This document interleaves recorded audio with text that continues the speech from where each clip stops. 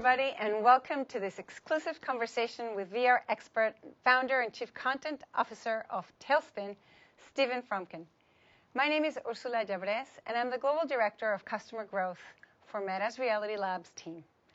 I'll be putting the big questions to Steven in a few moments, but before I begin, I just want to take a couple of moments to talk about why we're here. In the last 18 months, there's been a lot of hype about the metaverse, and especially what that might mean for the future of work. But all of this talk about the future misses an important fact, because there's already a technology that is changing the way businesses work today. And that technology is virtual reality. Virtual reality is having a huge impact on the way companies are approaching learning and development, providing many of the same benefits as on-the-job training, but without the costs, risks, and complexities. Steven is a perfect person to tell us more about this. So let's get into it. Thank you, Steven. Thank you for having me. So, Steven, tell us about your story and how did you get into VR? Sure. I spent about 25 years at the intersection of innovative technology, really focused on visual content creation. Mm-hmm. That meant that a lot of times I was really thinking about the purpose of content. Right. How is it being designed for those outcomes? What are the outcomes that is necessary? If it's a film, there's entertainment value and emotion, whether it's laughing or drama. Yeah. If it's a learning experience or learning content or commercial content, that has very specific purposes. Yeah. That really led me into, in about 2015, a scenario where I was lucky to be working in VR. Had several different experiences with virtual reality content that really made me think, well, there's going to be a path here that is much more efficacious for something bigger than I was already working on. We started Talespin based on the idea that content creation was really going to change, largely, profoundly, and when we began to think about where we wanted to focus, enterprise, learning, that really seemed the fit. Yeah. The format, VR as a format, is really perfect for many areas of learning activities, and that's because we really get into a space with learning that unfortunately makes us kind of go over it quickly. Yeah. We click through and we don't really focus on the areas of learning that maybe we should. So where VR comes in is to really provide learners, to really provide individuals at large, dispersed organizations, the opportunity to focus and really fail in a safe place. Yes. Along the way, we had done several different learning experiences, largely for investigation or hard skill, very physical, hands-on type experiences. We started a prototype, a scenario in which we could provide virtual human conversations. Now, this to me became the aha moment. Right, because I was going to ask you, what was the moment, the light bulb moment where you thought, this is a step change? Yeah, so after about several years working on hands-on type experiences in learning, we started to build a prototype with virtual human experiences in mind. What we wanted to test is, could we provide a realistic, emotionally realistic experience? Because we knew we could get learning in there. We knew we could get the learning objectives, the learning goal. We knew that could be infused into the experience. But would it resonate? Would it matter? Would people really walk away feeling like they had a conversation with a mentor or a coach that changed their behavior? Yeah. And I had really not intended, I should say, I had not anticipated the reactions we would get. And it was amazing to see people take off back then it was the Oculus Rift. Yes. They would take off the Oculus Rift, and there would be tears. And at first I just thought, oh, it's just maybe some people who are sensitive. Right. And not at all. It kept happening. And then we would get calls back or emails the next day. People were really, hey, I was really thinking about that. That was really amazing. And so for Talespin, it became really the path to follow, in which we really thought we could make a major difference. This was at the same time now when we're hearing a lot more about the future of work, a lot more about workforce disruption, and pre-pandemic, just the need to reskill 1 billion people. Right. Those are profoundly dramatic shifts in the workforce. Right. And so we really sort of, out of this prototype, we really built the product path. For me personally, I realized that all the years, the decades spent building content and driving outcomes for emotion or commercial action by a consumer, that paled in comparison to the outcomes that we could drive here.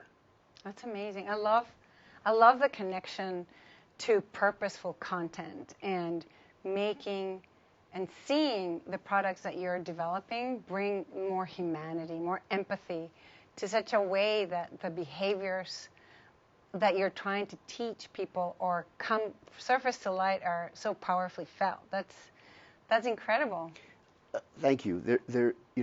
I think what you're hitting on is really where content matters. Yeah. The idea that what content can do is not just fill a container. Right. It's not just something that we put in front of people or we put in front of ourselves.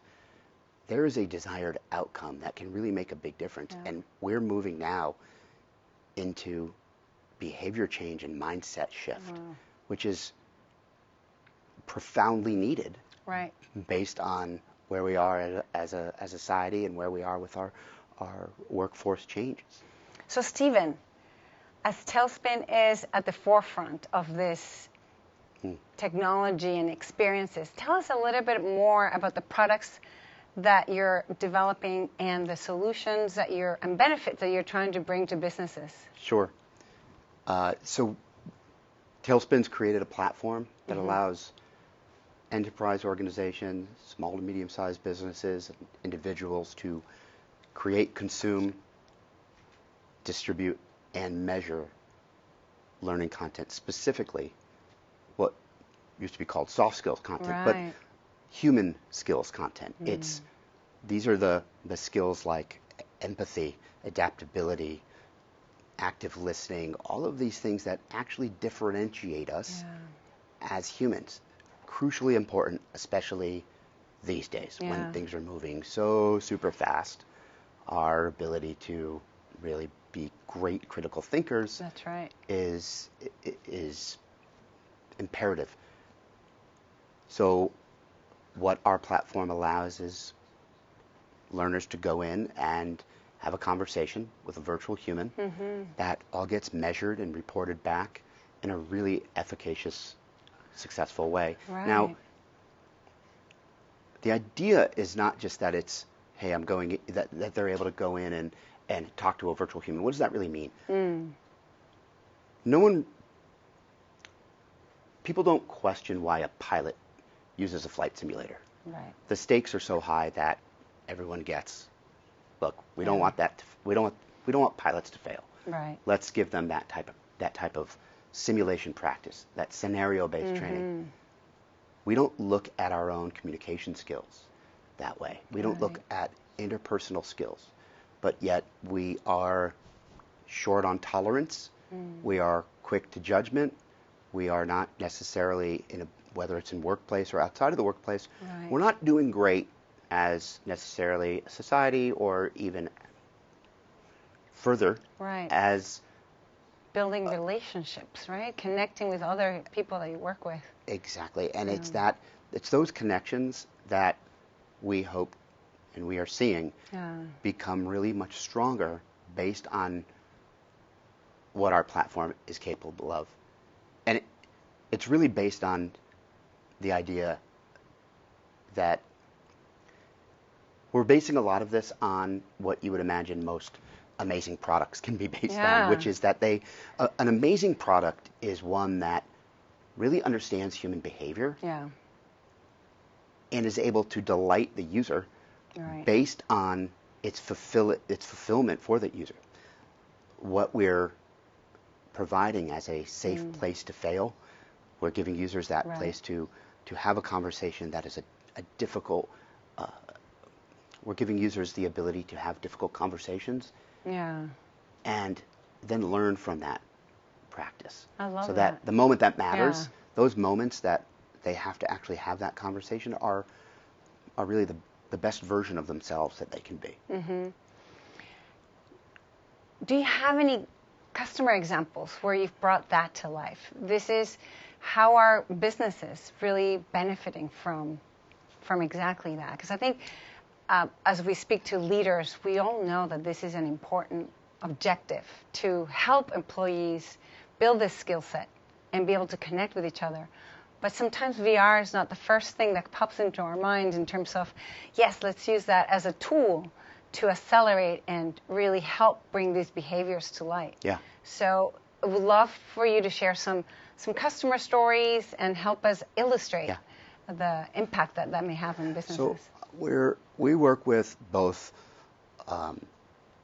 large channel partners that are reselling the platform. They're building their own content in our platform and then reselling it to their customers. What we're seeing is a significant rate of renewal and a desire to expand into more and more use cases. So an organization that says we're using these effective feedback conversations and it's making our managers better at having conversations, being better supervisors, better coaches. Now they want to expand into DEI conversations. Now they want to expand into sales conversations. So I think what we're seeing is based on adoption, we're seeing growth in the platform. An example, an interesting example that is not enterprise but small to medium-sized businesses is with a workforce skills organization called Jobs for the Future. They're doing a demonstration project with small to medium-sized businesses. And what quickly happened just a couple of months in is they said, we have such unbelievable interest, we need to double the size of our deployment. That's incredible. It's really special, right? It's really great to see that type of adoption. Well, especially because sometimes small to medium-sized businesses don't think that they can afford such an investment, or it's accessible to them to have Talespin really lean in with this organization and make that happen. It's quite something. I think we're seeing that organizations are starting to realize there's an opportunity here to correct for the challenges that they're facing and that are only going to increase.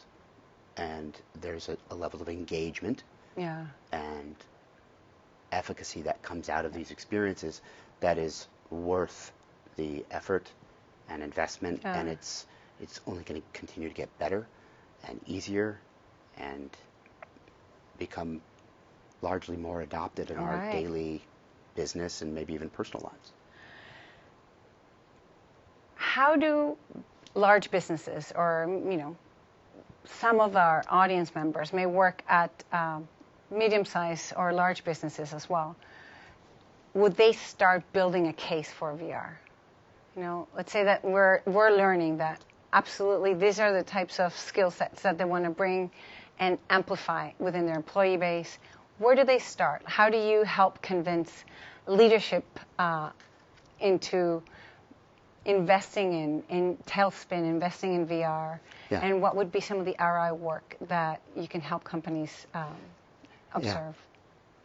I think it's important for organizations to understand that this is not a learning activity and a technology that needs to exist as this extra thing that is pulling away from budget or is taking over areas of learning, but rather is really easily integrated within the learning paths that already exist. Yeah. So an organization is, for the one that, the organization that you might be referring to could be using all sorts of different learning activities and legacy educational technology and platforms that are not really being able, that are not able to keep up with really where the pace of learning needs to go. Right. So adding this type of technology, which from an emotional, social, and cognitive points of view, really speak to the users in a much more precious way, that is a way to accelerate their skills, and whether it's lower churn rate or increase conviction in the company itself, there is an amazing amount of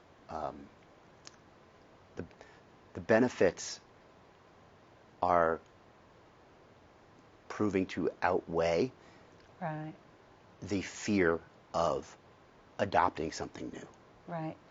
When I loved it earlier, you mentioned that the platform has ways to track the learning and to have analytics. So that's quite powerful in terms of providing more insights that are not available in other platforms or other data technology as well, right? So. That's an amazing point, and it's one of the struggles of enterprise learning, of workforce learning.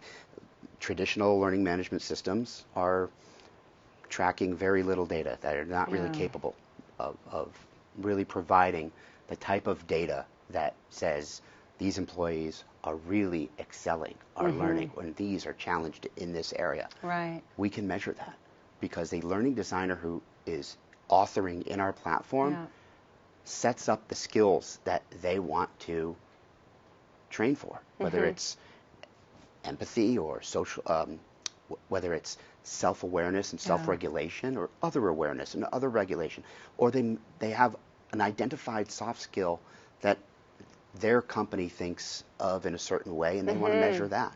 By building that into the experience, by authoring it themselves, which our platform allows companies to do, they're able to apply their own rubric. So they're able to measure with the instructional and learning design methodology that they feel is most efficacious. So you're really empowering the businesses to design with purpose. We're enabling organizations to not only customize the learning content for their organization, but we're giving them the opportunity to draw from a library of content that exists. We're also giving them the opportunity to author based on the learning experiences and the skills that they feel are most valuable or need the most attention in their organization. That's very powerful and scalable as well. The scalability factor is one of the reasons we really went this route.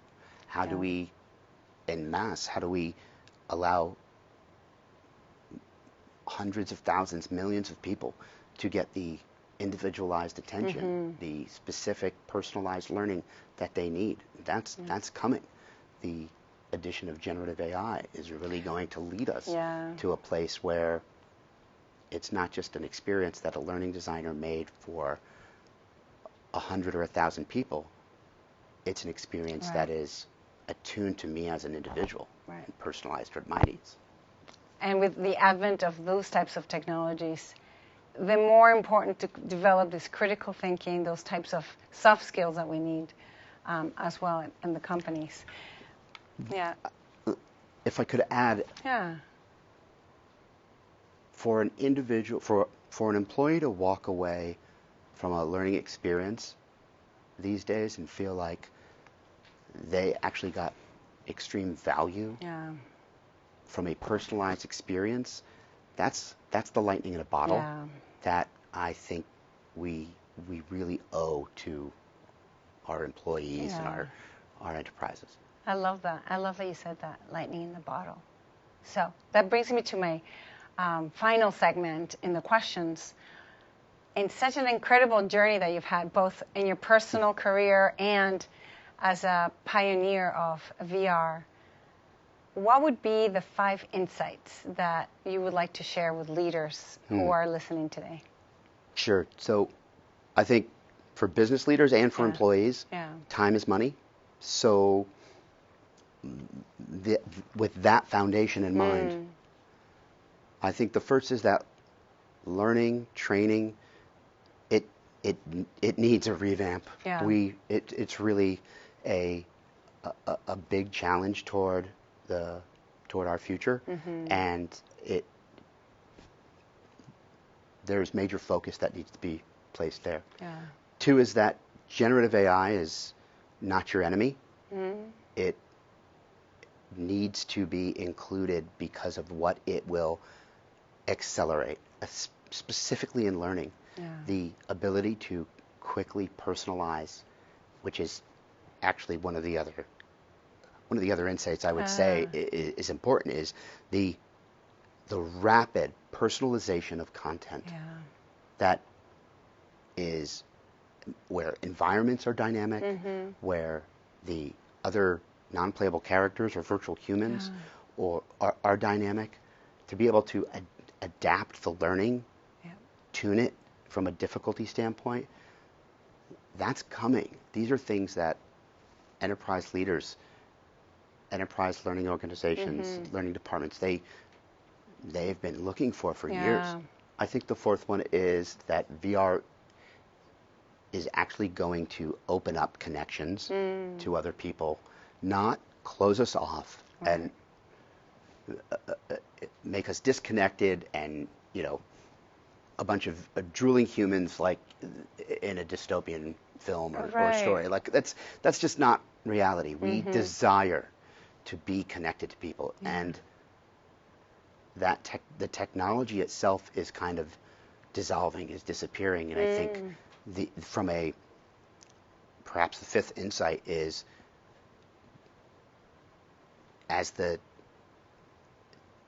technology gets as the technology itself, the hardware itself is furthered, we're going to see it kind of dissolve, and it's going to just become much more an extension of us as opposed to a thing in front of us, a thing that we hold and look at, look down at, or we hold in front of our face. It's going to become something that is a bit more natural, and that is the goal. That's what, when we were talking about a great product understands human behavior, that's a little bit of what our goal is from a design point of view. The human interface design that we break free of is going to be quite amazing. That's amazing. I love the paradigm shifts that your insights are bringing, and it's a good segue into our final question, which is a fun question. You can't go wrong with this one. Okay. If you had a crystal ball, where do you think VR for work will be in 2, 5, and 10 years from now? Okay. 2 years. Yeah. Generative AI has completely upended the experiences that we use for learning in the workplace and perhaps beyond, higher ed or beyond.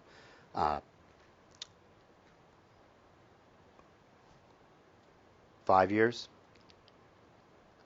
I think the workplace is a vastly different shade of what it is, as if it can't change more. Right? But it will. I think we're going to see distance not be the challenge that it is, whether people are remote or across the globe. The technology is going to bring us closer together. And I think that will largely be due to what a collaborative space, a virtual space is capable of bringing, is that emotional realism. We concentrate on emotional realism. 10 years? 10 years, I think we're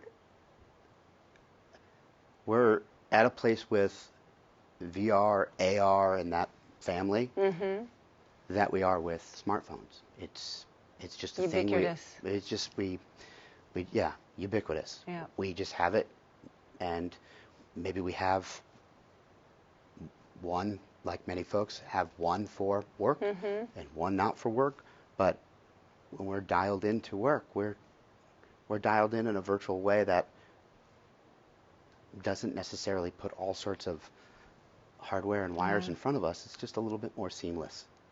I love the word seamless because it really connects to the human behaviors and how we relate to each other without having technology as a conduit. Now technology becomes part of the flow of how we learn, part of the flow of how we connect. I like that vision. Well, I can't believe how time has flown, Stephen. I'm afraid that's all the time we have for now. A big thank you. Thank you, Stephen, for sharing with us Pleasure. all your great insights about yourself, about Talespin, and how VR has impacted and is impacting businesses today and into the future. And thank you, everyone, who's taken the time to listen in. I hope that we've left you feeling inspired and also curious. If you want to know more about VR for work, just head over our website, forworkmeta.com, where you can check out a range of MetaQuest VR headsets, learn more about VR solutions, or easily just book a call with one of our experts. And if you want to learn more about Talespin, which I highly recommend, just head to Talespin, and that's TALE.com. That's all from us. See you next time.